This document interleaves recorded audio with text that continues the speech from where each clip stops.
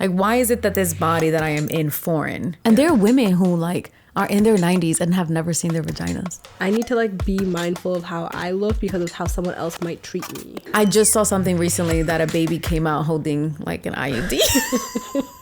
So then like women get trapped in this thing where like they can't have an emotion, they can't cry, they can't do this. Wait, if you had sex in the shower, what? Basically, the temperature had to be a certain degree for all the sperm to die off. But also, some people don't even find out they're pregnant until like 9 months. Huh?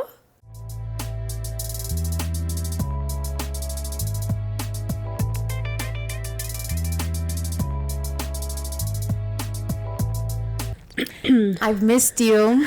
I've missed you too. It's been so long. I know. Yeah. Nice to see you again. I swear this is not the only time we see each other. I know. We saw each other last week. This week felt somehow longer than other. I don't know. It's felt long. Not just because of you. I think it just felt long. Yeah. I don't know what happened this week. Me either. And also like I think I mark time by like when I see you, because we see each other pretty often. So when I don't see you, I think it feels like more time has passed. More time has actually passed. It's been a week. Yeah, which isn't that long. In like I think it's actually been 10 days. Because we saw each other last Thursday. Oh, okay. There we go. Yeah. Okay.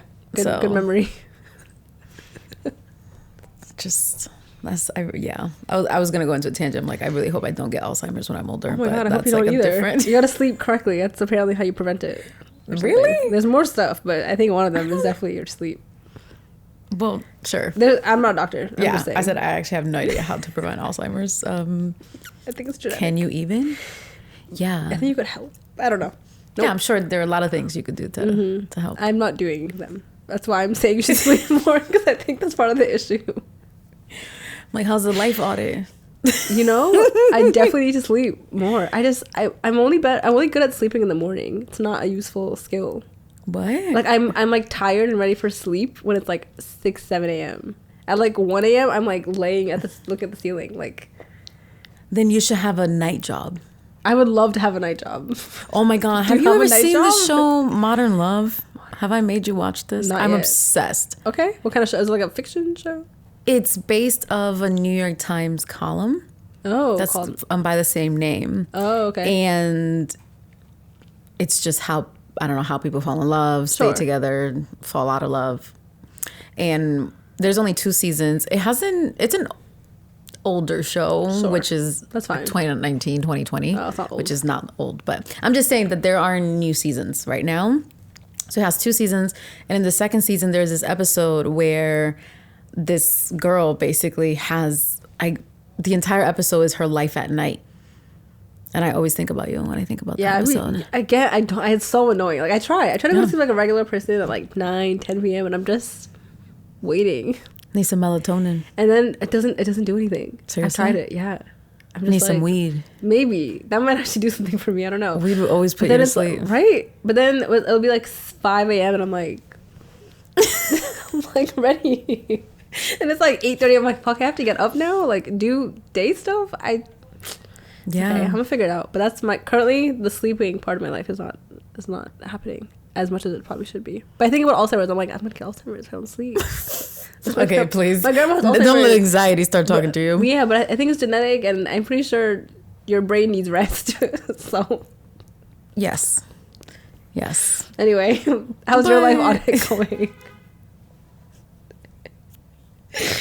How's yours? I'm not sure. I just feel like it's really hard to stay in a routine right now. Yep. Yeah. So, I don't know. Are you working on getting back into your routine? There is like no getting back, really, because it's going to be disrupted again. I'm traveling next week for 5 days. What? You knew this. I did not know this. You knew this. I did not know this. Wait, weird. Yes. We can talk about it later. Okay. So I have to travel for work. Oh, okay. And for 5 days. For 5 days. Oh, I knew this. You're right. I didn't know this. I'm sorry. You see how I tell you stuff? I'm remembering. I thought it was later. I didn't know it was now. No, it's already I didn't next know week. that. I thought it was. I had to travel last month. Yeah, I thought it was a few months from now, but I think we talked about it a few months ago, and I was like, oh yeah, that's far away. That's what happened. And now we're here. Wow, that's soon. I won't travel next month, But then I'll travel again the following month But that for one's 10 days. Okay, that one's not for work though. Doesn't, It doesn't matter. But I know, like, the routine's still, a routine. The routine is a I'm routine. trying to remember what you told me. I'm trying to make sure I Yeah. recall information. Got it. Okay. And so, Yeah, I feel you. I'm not traveling anymore this month, or I forget when I last. It was recently, so not the rest of this month, but definitely early next month. yeah, because weren't you just somewhere like Right. 3 weeks ago? Exactly. Whatever. I haven't unpacked, so that's how I know it hasn't been that long. Exactly. But everything is clean, so I can just take the clothes out of there and wear them. Yeah, That's all we aim for. yeah, so I feel you. So I just feel like I'm packing, unpacking, Yeah, and yeah, I Yeah. feel you. I've gotten busier at work, which is also hard because I'm just like, why? I've become important at my job. I've tried really hard not to become important at my job, but I have become important at my job. you just are who you are. I know. And I don't know why you do such great work. I've tried. I'm not good at. I've tried to not do it. It doesn't work for me. I can't fail myself. Like I can't fail my own standard. I It doesn't know. work. I know. But It's fine. It's fine. Yeah. Well, here we are. This is at least a routine to some extent. Like this. yeah, you know how many times I've wanted to break this one? Same. But accountability, though. Exactly. Discipline. Accountability. And we have a goal, is to be consistent-ish. Right. Ish. Yeah. That should be actually the name of the Consistent-ish. podcast. Consistent-ish. I like it. That could be like an episode or Yeah. something. Yeah. That feels like on brand with the messy part, To be messy, you have to also not be consistent. No. I will reject that. I will reject that. That's fine. Why? Why do you think that? Messy isn't always consistent. Well, it's messy isn't linear. Exactly. And consistent in my head feels linear. So consistent-ish allows room for a lack of... It's fine. Yeah. It's fine. Yeah. All right, what do we Because talk you about could today? be consistently messy. Exactly. You could, yes. People choose Yes. Yes. And in you different could- ways Right. to be messy. Yes. So I guess I'm consistently messy. Mm-hmm. I'm okay with that. You know, so there's this episode in Insecure where Issa wants to have a hoe phase. Oh, Do you yes. remember? Yes. I don't know what season that was. And she's trying to like date a lot of people. Oh, she's still in her first apartment, I think. Because she starts hooking up with what's his name? Leon Thomas's character. I forget his name. That one? That part? No idea what his name is. But that's in what, the you're talking, that's what you're talking about? That but- early on? And then she was talking to the security guard. Yes. Oh, no. That's later. Okay, so Is that later? What I'm talking about happened in her first apartment before she moved. What you're talking about happened close to when she reconnected with Lawrence. Yeah. Okay, so like I think that was like the last season, or like close to the last Maybe like season. season 3 or something. Yeah, because he would bring her things from TSA. Yeah. What was it, like a Henny bottle? Yeah, he bought her any. He's like, I confiscated this at Yeah, work. for you, And anyway, I was thinking about that because when I think it was in the episode, she was actually being celebrated for having a whole face, like amongst her friends. Yeah. They were hyping her up and being like, yeah. yeah, like go, go Do do your that. thing. Roster. And- That's where I learned the word roster was from Insecure. Really? Yeah, I had never like heard it. I mean, I hear it, but I think that was like my context for it is like building one was on Insecure. Oh, interesting.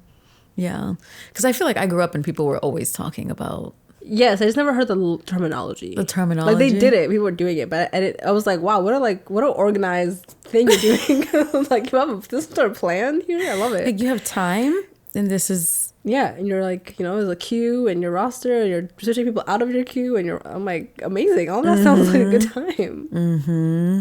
You know what else comes to mind? And I swear they're connected. Got you. I was listening to SZA's Control album this week. Okay. Top 5 best course, albums yes. in the world. And her song The Weeknd. Yes. I see the connection. I haven't made it explicitly, but yes, anyway. but it's making sense. And she's basically at some point in the lyrics, she's like, I am the weekend, and the other girl is the 9 to 5. Like you have the week. Mm-hmm, you have the week with him, and I have the weekend basically, and he really enjoys the weekend. Whatever. But I've been thinking a lot about some of the messaging that we receive around like womanhood and what things we're allowed to do versus not allowed to do. And so that's why I've been thinking about like what in pop culture do I remember like intaking? And at least when I was growing up, like being a hoe was like not a thing you wanted to be, or a whole phase was not a thing that was celebrated by any means. And even the idea of like situationships, which is what basically SZA is talking about in the song, were not things that you wanted to be a part of. There were things you wanted to avoid. And some people did choose to opt in, but you were looked at, there was a lot of stigma around that. And so anyway, I've just been thinking about some of those things and wanting to have a conversation around what have we learned about womanhood? What have we unlearned? What are we continuing to like grapple with? And so that's what I wanted to talk to you about today. All right, let's find a starting point. I know. Let's start with pop culture. I don't know, like what I feel like the shows like Insecure, like those are even like newer. I feel like those are not the shows that I grew up watching. Like that was not the vibe of dating. I don't know. No, we had Teen Mom. Right. Oh, what was it? MTV, right? MTV. Yeah, there were seasons. Like it was not. Oh yeah. Yeah, that was an odd time period. Yeah, and they all were like. They had like their second kid. It was like Teen Mom, like reunion. Like I was like, wow, like y'all are growing up on TV. I remember, it was terrifying because I was like, whoa, I could like have a child like that. Aside from like all of the like stereotypes around it, I was just like, whoa, I can't be pregnant. Like I still can't. I still feel that way. But like, you know, as a teenager, I was like, right. You have a child? You're in my like third period physics class. Where's your kid? Like, where is your kid? Yeah, like who's watching your child? That was definitely. I remember. Yeah, I had a couple people in my class who were like pregnant. And I was just like, wow, like we're living such different lives. Because I'm not even remotely close to that happening for me in my life. Yeah. I remember that when I was a teen, one of my goals was to not be a teen mom. I was petrified. Good goal. Do you understand that they drilled it into us that was not a thing that you wanted to be? Yeah. And there was so much shame and stigma around it. And I just, looking back on it, I'm like, I can't believe that was on television. And I think it still is. Probably. Not to the like same season extent. 13 or something now. Yeah. Oh, but they follow them like 10 years later. Oh, right. Yeah. Teen Mom Part 2. Their kid had a kid. I don't know about the show, but that'd be kind of entertaining if it was. Yeah, but you just see like what would happen to them. Yeah. Like so many of them would be exiled by their families. It's all like Lifetime movies, similar thing, like Pregnancy Pack, like all these like suburban people who are like, we're gonna do this because we're bored. We're gonna like, all have a pregnancy at 15. Yeah, I remember watching all those and being like, no. Yeah. I don't want that. I do not want that. I wonder how many people who were in a situation like were like looking for it, or just like it happened. You know, I'm sure 9 out of 10 was no, they don't want it. Was not that they didn't want it, but that it happened. Right. It wasn't something that they were planning. I don't know who plans to be a parent that young. Someone could, but I don't know. I haven't met them. Yeah. So yeah, I feel like all of the like sex ed I was part of growing up like didn't help. Well. Oh, you had sex ed classes? Kind of. Well, in 5th grade, I wasn't allowed to go. My mom didn't let me. She offered me out of it. So I was just like sitting with a teacher and they were just like waiting for the class to end. So I don't know what they learned there. Not sure. Maybe that one was helpful. But the one I was in high school, I feel like they just were like, don't ever have sex. But there was a girl in the room who like was pregnant. I was like, what are you guys telling her? Like, what are you telling me? Like, what?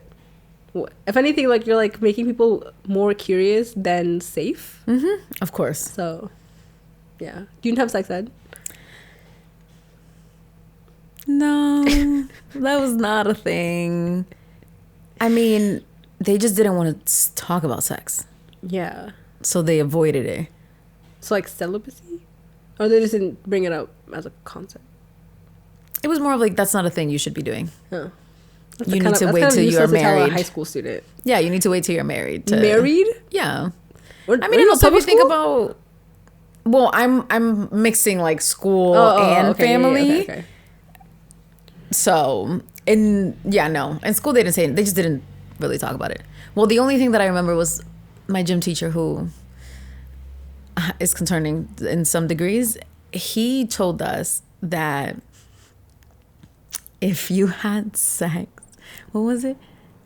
if you came, if you had He sex said in that the to you? shower. Yeah. He was kind of crazy. He was like our sex ed teacher, which but, was kind of like weird. Oh yeah, that's weird. Weird. Wait, if you had sex in the shower, what? That you wouldn't get pregnant? That basically the temperature had to be a certain degree for all the sperm to die off. It's the only thing I remember. I don't even think is that true? I don't think so. Obviously, I don't think that's true. But that's the only thing I remember actually, like, retaining. The only thing I remember learning about in sex ed was that if you had your period and wanted to have sex, you should do it in the shower because your period stops, apparently, in water. I was like, why are you telling us that? And then also saying I don't know. But she was trying to, like, I think, be helpful. Mm-hmm.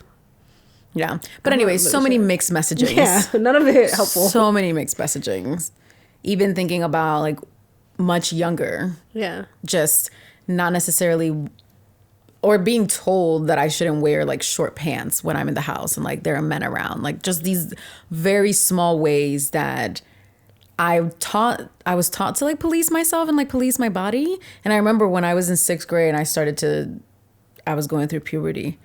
And I was like, you're like, what do I do? Oh my God, people are like gonna stare at me because my boobs are developing. I'm like, oh my God, what am I gonna do? And so just like so much fear around my body and like how my body functioned. So I remember when I was in high school and we took like a repro class and they were like telling us about reproductive health. Yeah, like about reproductive health. What a cool I know, school. right? But it was a week long, so it wasn't that. That's it wasn't that long. She's like, this is like what your uterus is and like your ovaries. Good and, information. Like, fallopian tubes. And I was just like, why did no one not consult me, but why did no one communicate this to me? Like, why is it that this body that I am in foreign to me? Because like, you don't even know what to ask. You're just like, I don't know. Like, yeah. And there are women who like are in their 90s and have never seen their vaginas. That's not why the vagina monologues was birthed, but part. They're like, let me just show you what's in your body, and like how it functions. Yeah. Even now, we have one friend who like talks to us about our periods We're and like the phases. We're all locked in. Okay, when she's like, talking, we're like notes in hand. Give us the information because I know nothing. And all I can do, we know some. All I can do is scare myself though. When I look into things, I'm like, whenever I try to find out on my own, I'm like, that just sounds terrifying. Whatever it's telling me, I'm like, what? What's happening? Yeah. Yes. Scary stuff. Yeah. Yeah. Scary. Yeah, I think I'm thinking about when I like oriented to being like, okay, like I'm seen as like a woman versus like a girl versus like a child. I don't know. I still struggle with the differences, I guess. But yeah, I feel like super early, like definitely middle school, high school, where I was like, oh, like I need to like be mindful of how I look because of how someone else might treat me. Right. And somehow I have some control over what they might do, which I don't. I thought I did. Right. It's not the case. Yeah. But I definitely, yeah, I feel like I like always wore like baggy clothes, but I couldn't tell if it was like my style or just like because I was trying to be safe. And I still don't know the difference, actually. Yeah. Even now. I'm not sure the distinction. So we're still learning. Maybe it's both. Like, yeah, I don't know. So that definitely, I remember that experience as a kid being like, yep, I prefer like these like oversized whatever. And I remember like dealing with my mom and her being like, oh, like I wish you'd wear like this thing because like you're a girl. Me being like, nah, I don't think I like it, but maybe I liked it. I don't know. Right. I still don't think so, but yeah. No, but there were so many aspects of me that like wanted to reject what I was being told about how I should show up because I'm a girl. It's like I don't want to wear earrings. I don't even want to do my hair.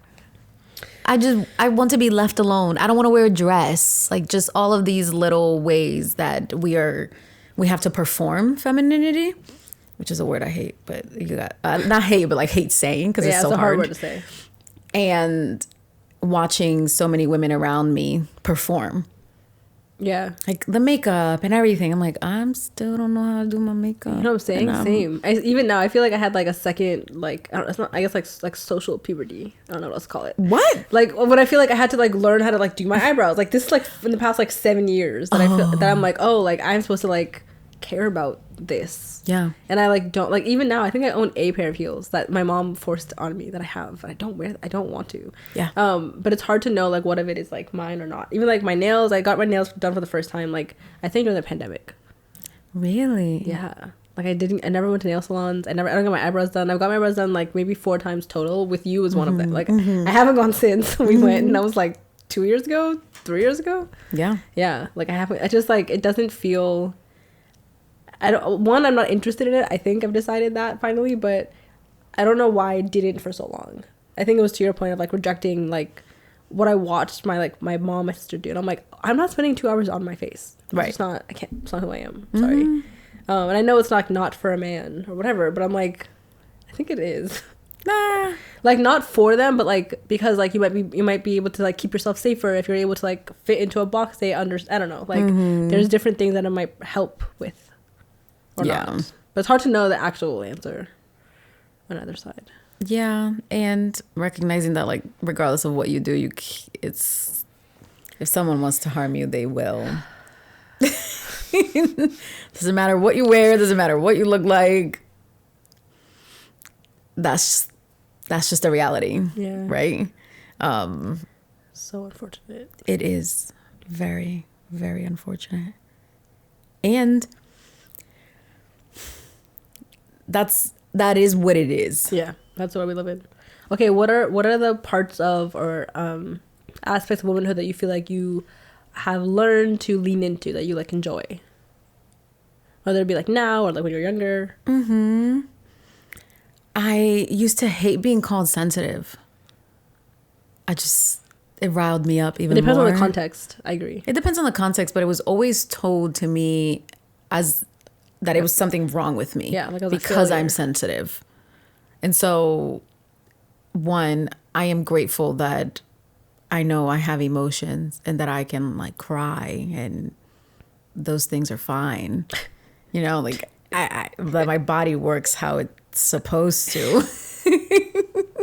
So the aspects that I'm leaning into is also recognizing that like we can talk about emotions and feelings and those things don't make me sensitive.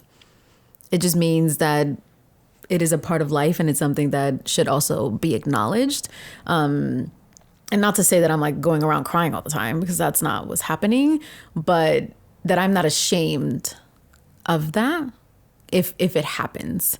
And so I have always leaned into like female friendships. Like there's nothing more beautiful than being friends with like other women and like supporting women and just loving women, period. In like every sense of that word. And I feel like when I was younger, I was very much taught that you shouldn't have like close like friendships with other women because we're supposed to be in competition with each other.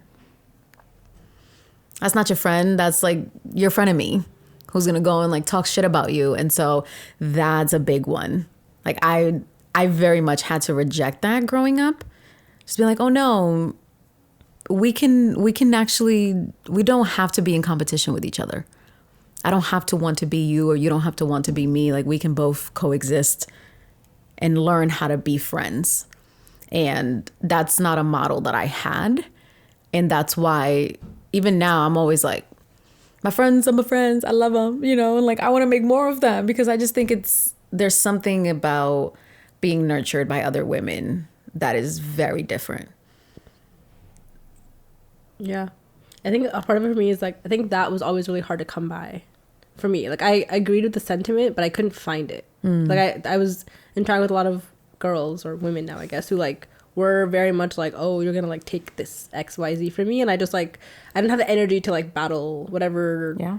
So I just didn't really have that many like female friends growing up. Not for a lack of like wanting them, but I was just like, I can't join this like gossip circle. I'm not like, I have no information to, I don't know, like I don't want your lip gloss, like you can keep it. I'm not interested in it, like. And I don't want your boyfriend either. Yeah, that right. And I had a really hard time with that, and I was like, I'm not fighting you. And like I think because I was also not really into like all of the like dressing up stuff that people were into, like they almost thought that like I was like judging them for doing it. I was like, I just don't want to. I don't, it's cool that you want, I don't, that's fine, like you wear whatever, I don't know. So I feel like I gave up on that really early because I was just like, this is too much work and I'm not this complicated of a person, so I'm just gonna like exist in my own lane. So I feel like my female friendships, my women friendships, like those friendships came later on in life for me, and it's been, I think I've appreciated it better because it came now. Like people have like survived whatever you are in high school, whatever like Lord, or whatever you are in middle school, whatever you become. You're working through all of this shit that you have to work through to become like a person, like a tolerable person. Yeah. So I feel like I'm lucky, or I'm grateful that like I was able to meet folks like at that point, because I had an easier time to like, oh, like we can like speak to each other like people. We're not talking through your boyfriend, or we're not arguing first about like your outfit or whatever. I don't know, whatever like thing was happening. But being a girl in like middle school and high school is hell. It is an experience you have to survive. It doesn't matter if you are the most like polished, put together, like emotionally sound, whatever. Like it is something about like I'll never like middle school. I had such a hard time like just existing. Like I could only imagine what it is now with all the makeup and TV and videos and whatever's available. But like being in middle school, like being a girl in middle school was so hard. Especially if you like weren't interested in dating, or like you weren't going through puberty at the same rate as anybody. Whatever. Like it was all a shit show. Like I hated it. I would wish it on no one. And high school was similar. Like you're still awkward and growing. You don't know what's going on. Like, and then you're also like arguing with women about boys who are failing class. Yeah. And I'm like, you can have all of the boys. I don't want any of them. Like every single one could be your boyfriend, please. Right. But it was always like the center of like any conflict I ever had with a girl in high school felt like it came from that. And I'm like, how do we just have a conversation that's not about this? Like, can we just talk about like the weather? Like not this boy that you think I like, 'cause you like whatever. I don't know. So I had a really hard time with that. So I feel like I had more like guy friends in high school, like just by nature of just avoiding this, which I probably didn't land, or I don't know, did land well for people. I don't know, but I didn't have the language or the interest in the things people wanted to talk about. Yeah. And I didn't know how to be interested in it. I was like, I don't want to talk about this. So that was hard. But I'm so grateful for the friends that I have, and I'm glad that I met them on the other side of high school. Of surviving hell? Yeah. No, actually, it was horrible. Yeah. Oh my God, you feel like you're like unattractive, and I don't know. And you're changing. Yeah, and like you don't know what you like. People are giving you all their opinions, and people are telling you they like you or don't like you, and they like this person because they look like this, and you're like, I can't change what I look like. It's just yeah. Yeah. And that's just inside of schools. Right. That's just like from like 8 to 3. 8 to 3. And then after 3, you have like grown men trying to talk to you. Yeah. At least like growing up in New York, that was something that was normal to me to experience. Yeah. So like be catcalled and be told 1,000 different things, and also navigating how do you respond. If I respond, is that safer for me? If I don't respond, what could actually happen? And being told, I've been called so many things that I will never repeat. Just by virtue of like being outside. Yeah. Like, by the time you're 15, you've like I've been pro. Like at least 100 times. Yeah, you're like seasoned at that point. Yeah. And you're just walking down the street trying to get to like algebra. Not even that, but like trying to buy some ice cream or something. Like something so simple and normal. And then you're just also like being met, like, I mean, you're being sexualized. Yeah. Right? It's like, it's like your body this. Yeah. And navigating that outside of like the school quarters is also at least with school hell. Is your age, so somehow it's different or something. I don't know.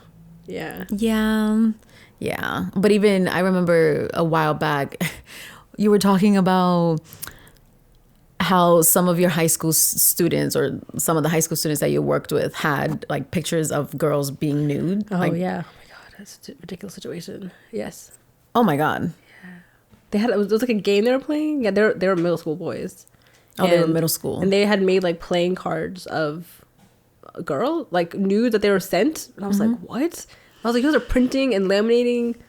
What? Like it was laminating? Well, like with that little tape, they were doing it on their own, but it was such a janky, such a gross game that they were all like, haha. But the thing that was odd about it is that they weren't like sexualized. They were just like, oh, this is like funny. They were still, that's how I was like, oh, you're too young for this, for you to like understand the gravity of like what you're actually doing. Right. Like you don't know that this is like 75 types of illegal what you're doing. They're like, it's just a funny game. I'm like, but then what was scarier was that the girls were like into it too.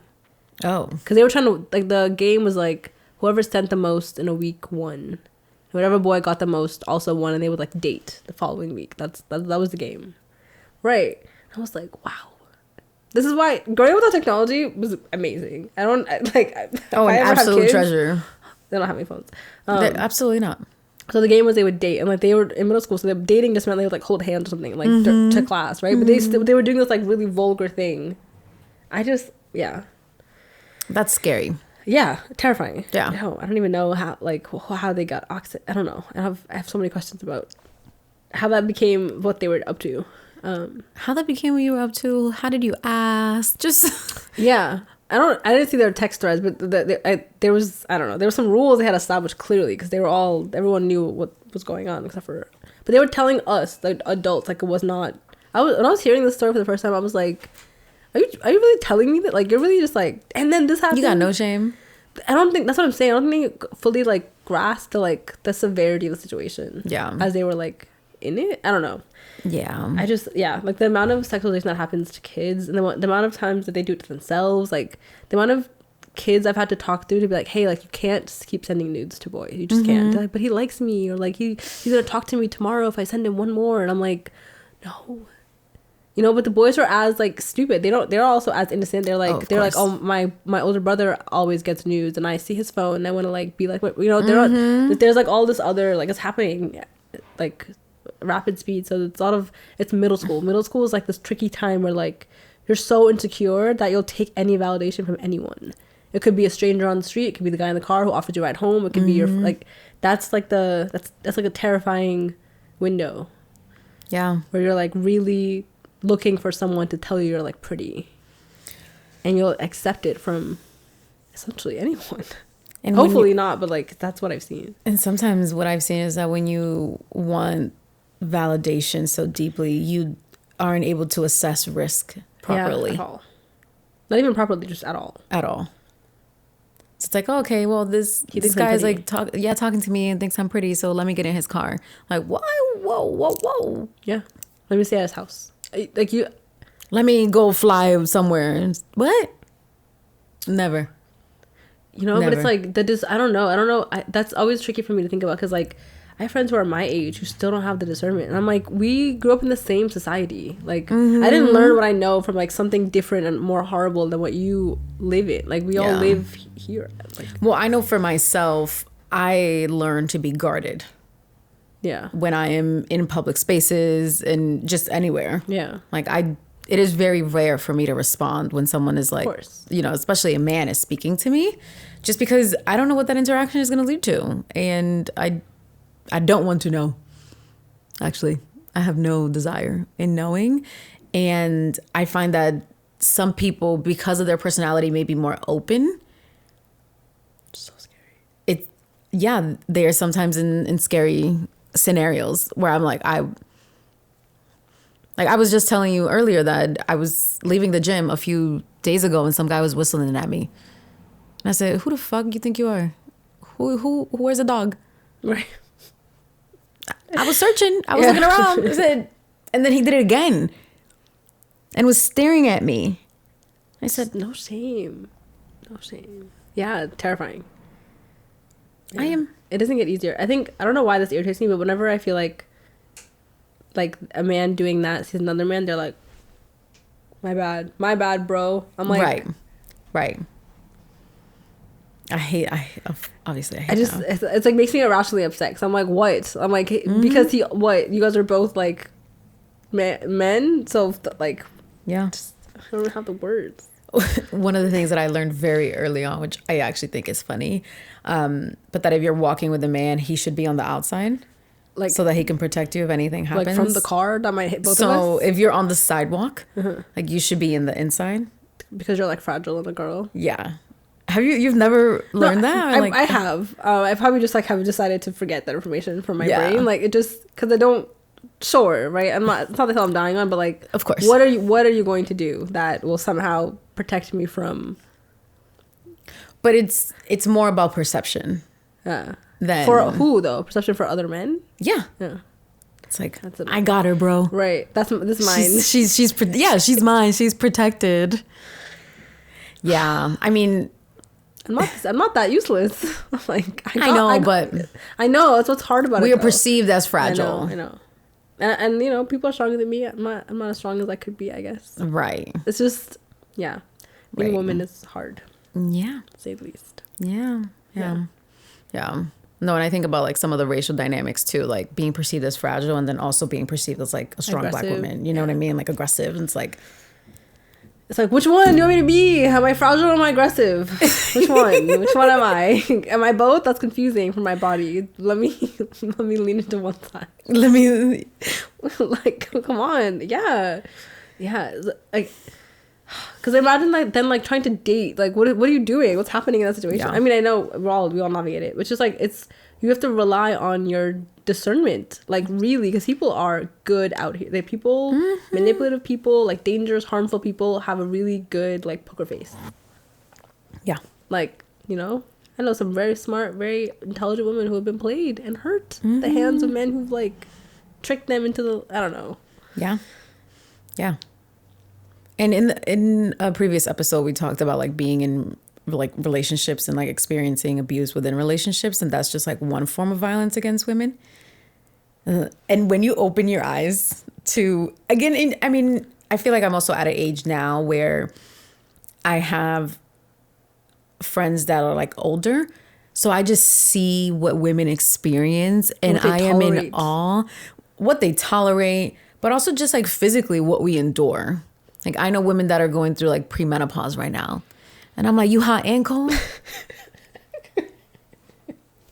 Damn. Like, it doesn't end. Like, the layers of what we experience never ends. What happens after that? You just stop being hot and cold? You just, like, what happens? I think your body returns. Okay. What they're telling me is that because premenopause is a second puberty that no one talks about. Menopause is when your period stops? Yeah. Okay. Or like about to stop, and then it fully stops. Like in your like late 40s, early 50s. Yes, it's like good stuff. That's my God. Amazing. Good. So we have the first puberty, and then some of us have childbirth. Then you have like motherhood and all of these things. Forget a really important one that never stops. Your period. That shit. Your period. Ruins my life every 3 weeks. Yes. Am I cold? Yes. And it's irregular. Yeah, right. Exactly. If it's actually active, it's like, it's like Russian roulette. Who knows? You might be oh my God. I had a friend who was taking pregnancy tests like monthly. That's just expensive. Tampons are expensive. Yes. Pads are expensive. Yes. There was a test. I can't find it now, but I found it like a year ago, and it's just unfortunate to just know. The test basically said that all menstrual products, no matter the brand, have like some sort of like chemical that's bad for your body in it. Oh. And I was like, yeah. I was like, and I've been using them since figuring that out, because I don't know what the alternative is. So I'm just like, am I now complicit in like putting toxic things inside my body that I'm aware are toxic? I know, but what the other week were we not talking about gel manicures? Exactly. And not doing gel cause, like, manicures? I haven't done look at my nails. Because it causes infertility or something. Done my nails. I don't even know if I want to have kids, but like I want to have the maybe. My nails look crazy now. Or again, the the chemicals that are in all of our hair products. Because if I don't do my hair, have to. I don't want to. Can't be out here. I never want wild. to do my hair. You know this about me. I complain about it at least once a day. I understand. Yeah, it's hard. It's so grooming. Like the grooming industry. Like yesterday, okay, I was in the hair store down the street, and I was like, "There's no. I don't know what the equivalent of this is for a guy. There isn't. Like the equivalent of this level. I was like, I was in there. Only women are in there. We're all looking for like gel and wigs and hairs and like not whatever. I'm like, I bought like 2 to 3 brushes that I needed, and I had to buy this like styling gel. And I was like, this is all just for my head. Like yeah, like $30. Yeah, like my skin. It's a whole other whatever. I don't know. I hate it. It's actually so. Yeah. And part of me is like, how much of it is things that I like I'm interested in doing versus like things I'm just so used to doing. I don't know the difference. Like what? Like your hair? Like this level of not doing my hair, but like this level of doing my hair. Because like doing my hair could just mean that it's clean and it's like or it's like braided and like they're hydrated, whatever. I don't know. But then you have to look presentable. Right. So what does that mean? Right. Because like, I can like wash my face with soap, but like I didn't use like a moisturizer or like a serum or whatever. And if I don't, then like it's not even like men. It's like other women who are like you didn't use the serum, and I'm like, what the fuck is a serum? What does My the face is serum do? clean. Can we have popular education? Yeah, I'm like, my face is clean. That's Yeah. dry though. I'm like, okay. Yeah. And if you're into makeup, the amount of money. And if you're not, the like conversations you're having about why you're not into makeup Right. for so long. Right. Like I talk about that way more often than I think is reasonable in my life. And I'm like, just at this point, you have to just let me be ugly. If you think I'm ugly, like you gotta just let me go. It's okay. Like I've chosen this for myself, so like it's like, fine. Just allow the natural beauty. Oh my god. Yeah. Yeah. Yeah. So all of that to say that there's so much that we go through. So much that we have to endure, persevere. I want to just make sure we're clear that we're not saying that men don't go through things also. This is just not the focus of our conversation. Because I feel like I hear that a lot whenever I talk about things. They're like, what about? I'm like, it's just centered today. It's just what women experience. Yeah, and there's something really powerful about not being centered into a conversation that you may be listening in. Yeah. There's a lot that you could learn. Yeah, I'm gonna try to set that because I feel like I can hear it in my head the response. So Yeah. no, I think it's worth noting. I'm like, not everything's about y'all either. Not everything's about us either. Right. And Today it is. today it is. And how do we talk to each other so that we actually know what's happening? Yeah. I have a friend who just recently found out that her anxiety and depression is, I don't even know how, it's not caused by her period, but is elevated when she's about to get her period. And there's a terminology for it.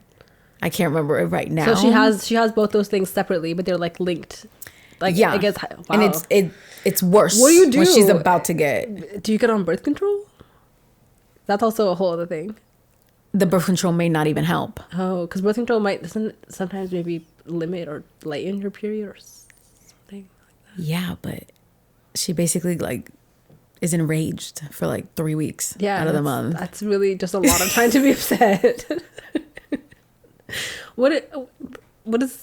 gonna find out what it's called. Yeah, I remember when I realized that like my hormones are in charge of my body. I hate that. It's called premenstrual dysphoric disorder, PMDD. It's a condition where women experience severe mood changes, including depression in the days leading up to their menstrual period. And your period also is just that experience again, so you're just kind of in that state longer. Nice, good stuff. Wow. So Shout out to her for surviving. So it sucks. Yeah. I mean, how did she find that? How do you even find that out? Like a test? I think she found out through. Is it treatable? Whatever that means. I think there may be some medications that can support. It's still just like more stuff. Yeah. So I just learned about that, and I'm 27. Right. I said, what? Your anxiety and depression is like induced, basically, or elevated because you're about to get your what? Yeah, I have a couple of friends who one of them is just getting off birth control and one is getting on birth control. Both of them are having very different experiences. Yeah. But the person getting off birth control, she like can't stop crying.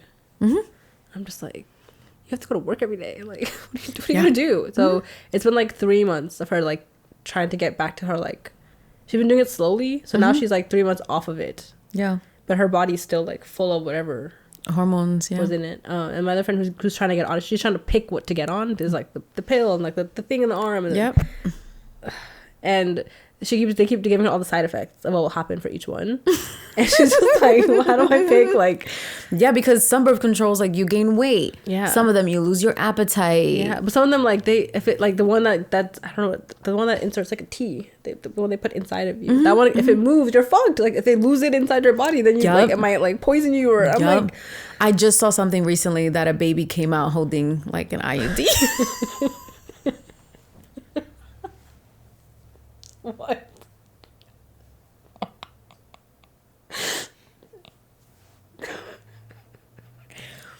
So that means it was like, fuck you, coach your birth control. Here I am. Oh my god. At least they found it. How scary. Because then you can't get an abortion. On top of like. But also, some people don't even find out they're pregnant until like 9 months. Huh? Yeah, that's happened. You've never heard of those stories? How does that, for 9, your body gets. Okay. some people like They're just don't grow as much. You know what I mean? Or so like they just have a baby, like just. What? I can't afford a baby. right. So not knowing it's coming and that it existing feels like a wild way for me to find out that I'm going to be a parent. Wow. Yeah, because then you go to court and all the bodies are regulated. You can't have an abortion. So if you had an IUD and then you get pregnant and you have a baby, you can't. It's tough. Okay, what are the upsides? I need some upsides. Dude, it all sound terrifying. Yeah, it's really hard. It's really hard to be a woman. And like I think about like roles and relationships and like growing up and like I mean my mom had 2 girls. So I don't know what it would have been like if she also had a boy, but we grew up like cleaning, and I don't know if that's because we were a girl. I don't think it was. I think she just needed help, right? Yeah. But I wonder how much I've seen like families where like I see the brother and he's just like sitting, just I see there. the sisters, and I'm like, oh my god, I'm like, you don't know how to cook for it. That's just come on, bro. Like you're embarrassing. But it's also how they're like the family operates the same way. Like the dad's doing the same thing that the son is doing, and the girls are all running around with aprons on. I'm like, I can't, like, no. Why don't you know how to cook? It doesn't matter what your gender. Figure out how to cook. Right. Just because you know figure survival. out how to clean. Yeah. Yeah. Did you see Nelly and Ashanti's? There was a clip that was going around, I think at the top of the year, where she basically was telling him that she needs a little bit more support because they had a newborn. And he said, I'm not changing diapers. Like, I will be present, but I'm not doing any of that. What does present mean? Right. Present, like there, like physically there, present. like That's physically gonna irritate there. me more. Are you gonna be sitting next to me just looking at me? Yeah, and he's like, oh Even though no, you're- like when the baby gets older, then I'll be heard able. that. I'm like, what? I've heard that, like, yeah, like he needs you, but like once he's older, like then I'll like step in. I'm like, what? what's happening? What does that mean? Are Very we like weird. Are we doing like shifts? Like Very I have weird. years and you have years. What's that? The fuck?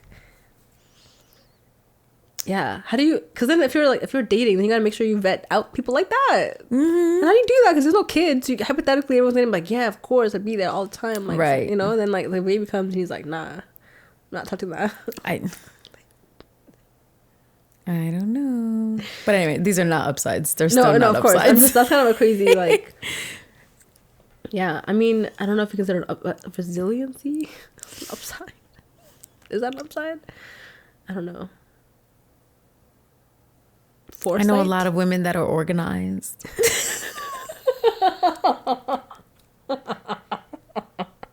I don't know if that's like an upside or like a response to having to chaos. Chaos and having to hold so much information. I remember how much relief I felt when I learned the term mental load. I didn't know that there was like a thing for it, that it was called something. Yeah. But I was like, yeah, that shit is annoying. I don't want to know that stuff. Like all the extra things that you think but about. I'm like, why? For me, I'm like, if I don't know how to get out of my gender. I can't change who I am. But like, I'm like, these are just like the steps to this thing being able to be accomplished. Like, why is it extra? Like, why? It's infuriating because I'm just like, I watch people do stuff sometimes and I'm just like, that's gonna fail. You're not doing it correctly. You're not considering the. Yeah. Yeah. I don't have more words. But that was helpful to learn. That was the upside. Language. What? Language, you know? Language is... Yeah, knowing stuff. Like, knowing that I wasn't just making up this crazy stuff in my head, that it was called something. And I was like, yeah, that. And then I can at least articulate it to somebody else. Like, hey, like, you're not thinking about the other steps. Yeah. You're creating extra work for me because you're not thinking about the extra steps. It's right. helpful. It doesn't get me anywhere, but I can at least, like, verbalize. Yeah.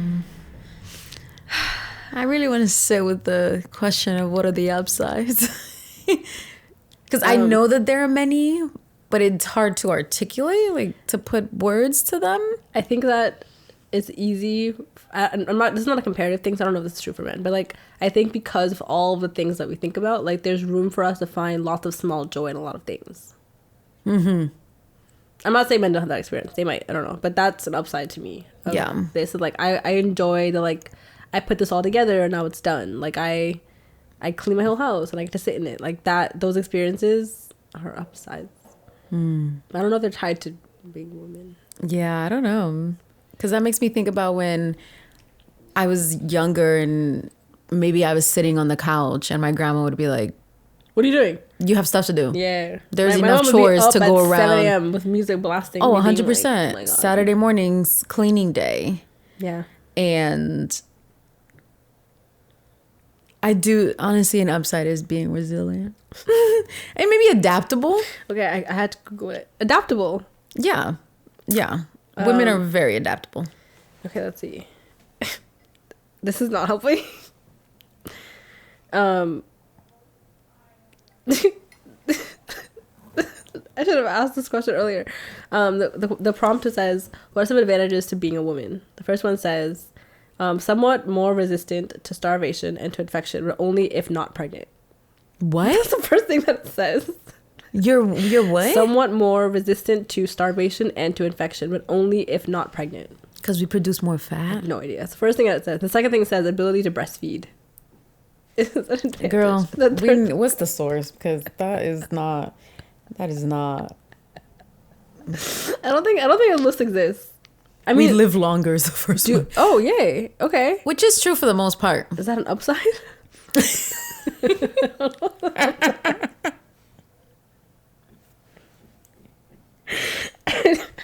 Keep going. Yes, this has to end positively. Okay, we have to find a way. We nurture. It's not going well. Okay, well, would you rather not? Would you rather not be a woman? No. Okay. Yeah, I'm like fine with who I am. Well, I'm like, if there's no upside, maybe you don't want to be what you want. But I'm like, I think I would accept all the things that are there. You said what? I think I would accept all the things we've named and still like Choose this. Yeah. Yeah. What does that say about us, though? I don't know. What do you think is I don't know. I mean, I'm trying to think about womanhood outside of like being a parent. Because I feel like people are always like, oh, you get to be you're a mother, like you have to like bring life into it. I'm like, yeah, what if I don't do that? Like then what else am I? Right, like, but that's what we're also taught, that our main objective is to, especially in hetero couples, like our main objective is to give birth and to like, make our raise husbands children. happy. Right. And like raise the children. And raise the children. Or like teach them something. Yeah, so I'm like, okay, like if you want those things, like that's something I don't know if I'm looking forward to that experience.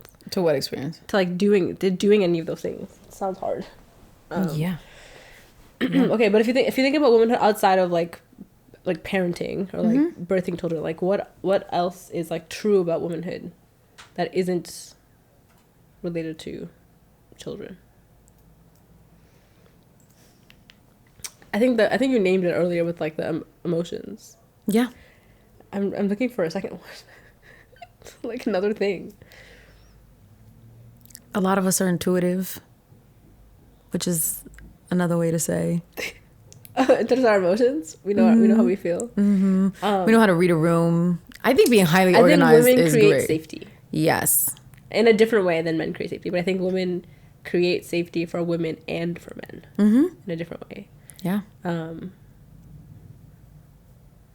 think we're innovative. We're innovative. I'm not even sure if that's like because I'm a woman though. I can't tell what's like true what a human is versus like that's why I'm having a hard time like splitting it up.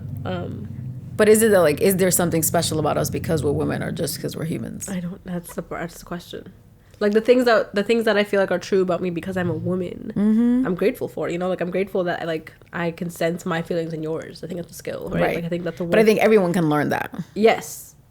That's emotional intelligence. Everyone can learn all these skills. It's not tied to our gender. Maybe we're not special. Yeah. Maybe we're special because we're human, not because we're women. Yeah. I want to be special because I'm a woman. Huh? I can't change who I am, so I'm trying. You said you want to be special because you're a woman? Yeah, not just because, but also because of. Because, you know, look at all the things you have to survive. I want it to be worth something outside of birthing kids. If I ever have a kid in the future, I love you. Don't listen to me. No, you absolutely. It's just like I don't know. Like I want more than that. I remember when I first learned of the term like womanist. Is that different than feminist? Yeah. Basically, Alice Walker, this author, says like, what is the famous quote? That purple is to lavender what womanism is to feminism. So womanism is lavender?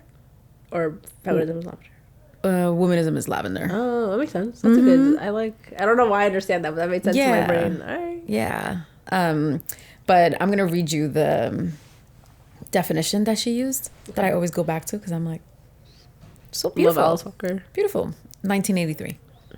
Okay. It says, from womanish, girlish, frivolous, irresponsible, not serious, a black feminist or feminist of color. From the black folk expression of mothers to female children, you acting womanish, like a woman, usually referring to outrageous, audacious, courageous, or willful behavior. Wanting to know more and in greater depth than is considered good for one. Interested in grown-up things. Interested in grown-up doings. Acting grown-up. Being grown-up. Interchangeable with another black folk expressing you trying to be grown. Responsible. In charge. Serious. That's like the first definition. There are like multiple definitions. The second one is a woman who loves other women sexually and or non-sexually. Appreciates and prefers women's culture, women's emotional flexibility. I like the term emotional flexibility. Me too. Values tears as natural counterbalance of laughter. I love that. In women's strength. I know, so good. Sometimes loves individual men sexually and or non-sexually. I like the word sometimes. I know. Yeah. Committed to survival and wholeness of entire people. Not a separatist, except periodically for health. Traditionally universalist. Loves music, loves dance, loves the moon, loves the spirit, loves love and food and roundedness. Loves struggle, loves the folks, loves herself regardless. Okay, what that helps me do is get out of the like individual experience in this life of a woman versus like the like legacy and like culture exists because women held it. Mm-hmm.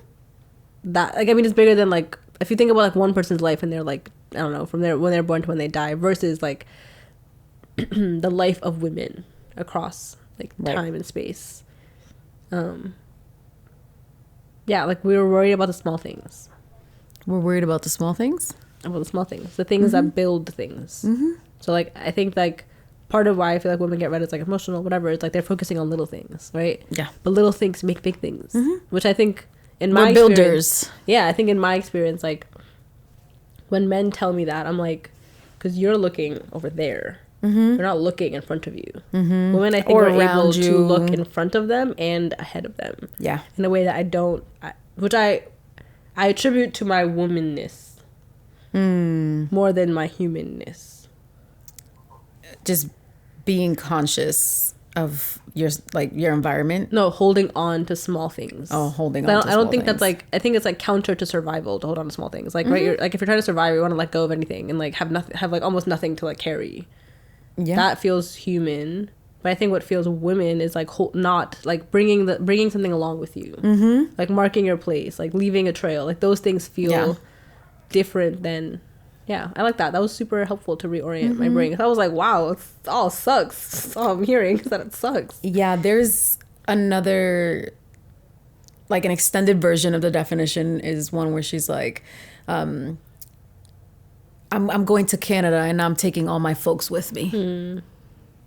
Like that's what it means to be a woman to like be with others. Right. You like bring them along. Yeah. I like the music part.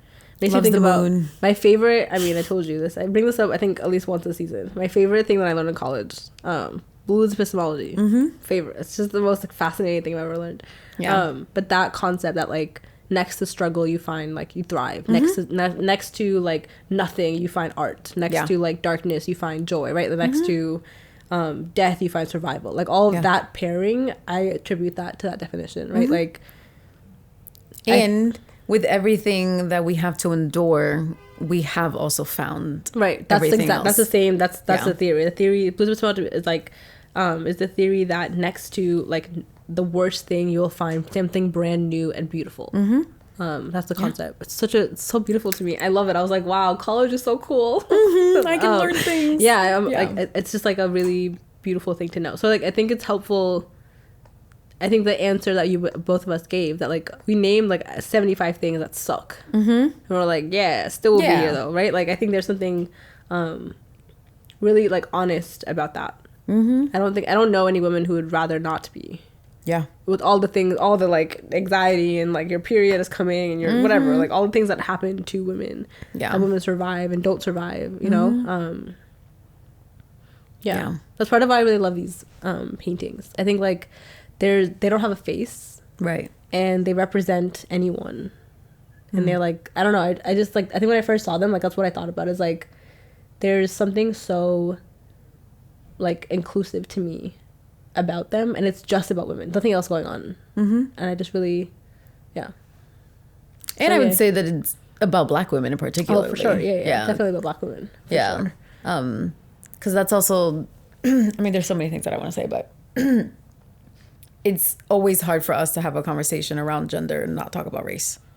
Like, those two things are actually not inseparable by any means. Kimberly Crenshaw, you know, our girl, we like her a lot. And even when we're talking about here, it's like, yes, we're having these individual experiences, but it's always like quadrupled. Yeah, in 1983.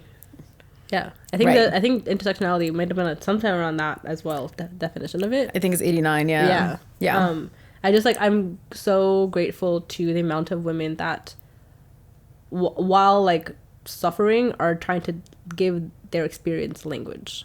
That's why I think like I'm so grateful for knowing how to even like mental. I know it's a newer term, whatever, but like it makes it easier to experience once you know what it is. However terrible it might be, like that. I don't know if that's womanness or humanness, but there's something about like being able to articulate your experience that I think helps you survive it.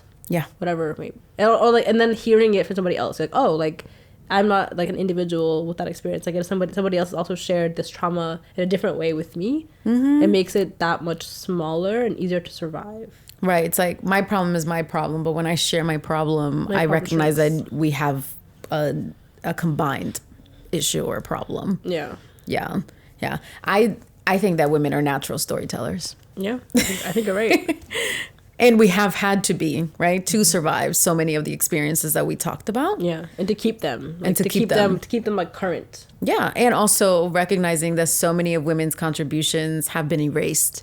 So how do we actually like remember them? Remind people of them. And remind people that like we were here, we did this. Yeah.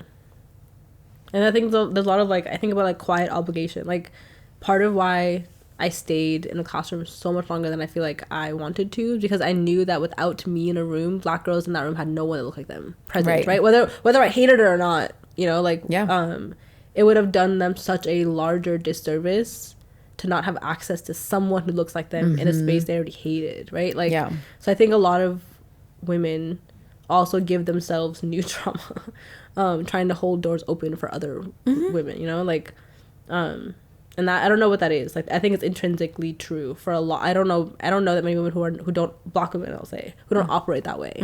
The ones that do are in survival mode. Right.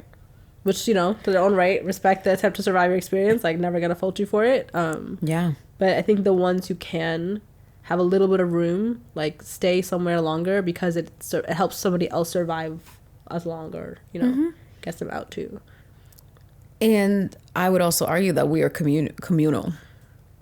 I don't know by nature, but like in general, we are communal. Yeah, I mean, as humans, I think we're inherently social, right? Yeah. But it's like you can have a community that isn't warm. It's still a community. I think women make it warm, right? It may make a home of something, of anything, right? No matter like, what it is. Even the idea of a kitchen table, like us sitting around a kitchen table. Yeah, doesn't have to be a home. Yeah. I don't know that many men who I've seen who know how to do that. Like they can like provide the structure, maybe like the table. Yeah. For example, but like the things, the small things, the things that feel like throwaway or decorative are serve a bigger purpose too. Yeah. And I think that like like even the things we have here, like the little like the warmness, the light, the color, like all those things, like they don't have to be here, but they make this space feel warmer. Yeah. So yeah. I like this. I like where this is turned. I was scared for us. I was like, whoa. I was like, it can't be all bad. No. I don't hate being a woman. I am always thinking about the womanist definition, but I'm also always thinking about the Combahee River Collective statement. That's a statement worth reading, you know? It is so worthwhile. We reject pedestals, queenhood, and walking 10 paces behind. To be recognized as human, levelly human, is enough. Like, we're not less than you, but don't also make us out to be, don't put us on a pedestal. Like, we are humans, and that is all we want to be. I feel like that was something I definitely felt like I battled growing up. Or like I couldn't make a mistake. Right. Because like people thought I had something together, that they were like, well, Linda, I'm like, I don't know anything. Don't ever tell me I know something. I don't know anything. And I'm okay with that. Like I'd rather be figuring it out than somewhere that's why like even when we talk about like us not being experts, like it's such an important part of this podcast that like we're just figuring it out. And I just like being on a pedestal is I think it's like one of my worst fears. Yeah. I don't want to be anyone's like above any. I'm good. Yeah. Or below. Yeah. Yeah, but I'm always like willing to meet somebody where they are. You know, which I think maybe means like getting lower, but yeah, that's a really important part.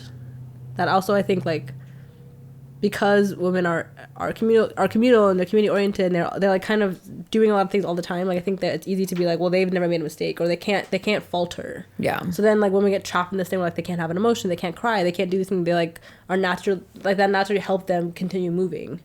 So they get stuck a little bit too, and they're not given the space to do so. Yeah. Well, we can talk about this forever. I know.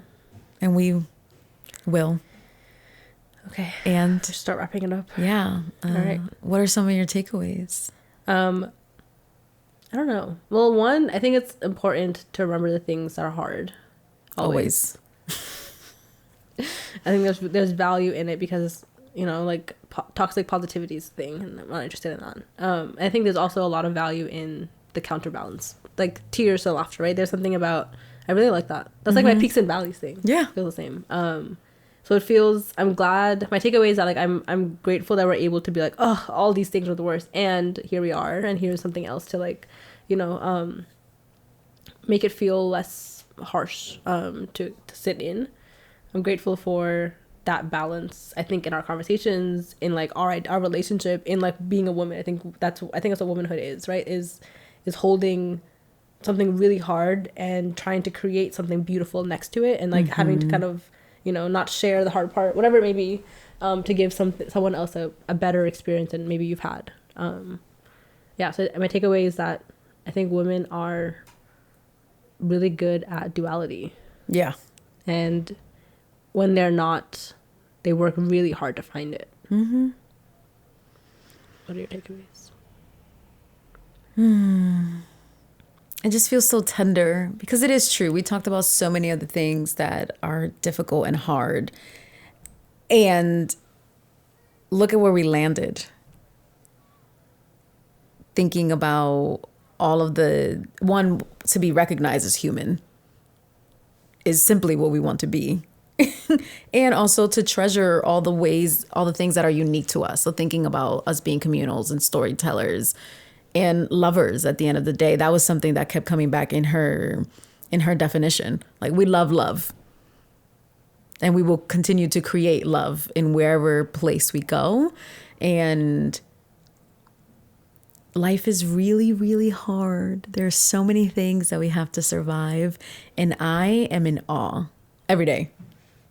And the older that I get, I think I will continue to be more in awe as I find out more things that we have had to survive. Yeah. The word that came to mind when we were talking is the word like cherish. Yeah. I think women are worth being cherished, but I think women do such a beautiful job cherishing whatever they have. Yeah. In people, in themselves, in the things they own, like the homemaker, that identity. I don't even if like whatever has all the stereotypes attached to it, like there's something so pure about like making the things you love beautiful and like doing your best to make them, you know, like present them in the best way that you can. So it came to mind. Okay, what about advice? If you think about, this is something different, I guess, given the topic. You are a woman. You are a woman who's survived what you've survived so far. If you were to offer any advice to the women in the world, the women who you know, the women who you don't know, maybe a past self, what is something or some things you'd like to say to them? I'm like, oh, the affirmations. Yeah. I'm like, I want to affirm. You are a miracle. You are a miracle worth recognizing. Your body is your home. Love it. Cherish it. Cherish yourself. Cherish those around you. And like be rooted in the ground. And know that you are as expansive as you want to be. Like the sky's the limit. Like whatever we put our minds to, we will birth. That we are actually birthers, not just in the physical sense. And I think that sometimes we forget that. What would you say? I mean, you said so many beautiful things. What could I really add? I think like archive it. Yeah. Archive the hard days. Archive the easy days. Stay in something as long as you can that feels good to you. Linger where you can. Work will always come. So if you are able to find like playfulness or rest or play somewhere, stay there longer too. You know, there's gonna be enough work to do in your head, in your relationships, and whatever you choose to do. So whatever time you have or is given to you to slow down, cherish it. And what I would add is read about other women's experiences who are similar to you. Learn and listen from other women. Be in relationship with women who are of different ages. Yeah, find some community. Find some community with range.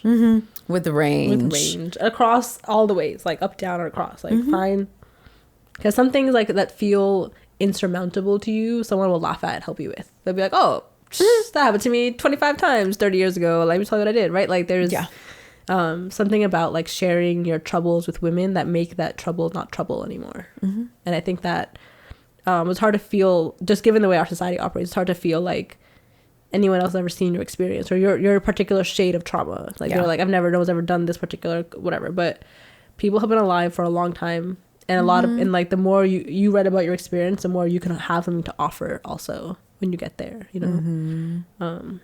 You're wise where you are. Yeah. I'm like, should we sing the song Brown Skin Girls by Beyonce? Okay, wait, last thing Brown is okay, takeaway for our listeners. Just from the whole conversation. I don't have one right now. I can start. I think that it's okay to cry about something first before you deal with it. You're allowed to emotionally process an experience you have before you like suck it up and like press on, you know. Don't deny yourself the emotional range that your body is giving you. And I don't know, talk about this. Talk about your identity with people. Like process it, work through it. Remember that it's complicated and worth returning to talk about with others, with yourself. And allow yourself to be soft. I think a lot of us, to protect ourselves, learn how to guard our heart, our mind, our body. And I pray that as we age, we become a little softer with each other and with ourselves. Yeah. Any mantra you want to close with?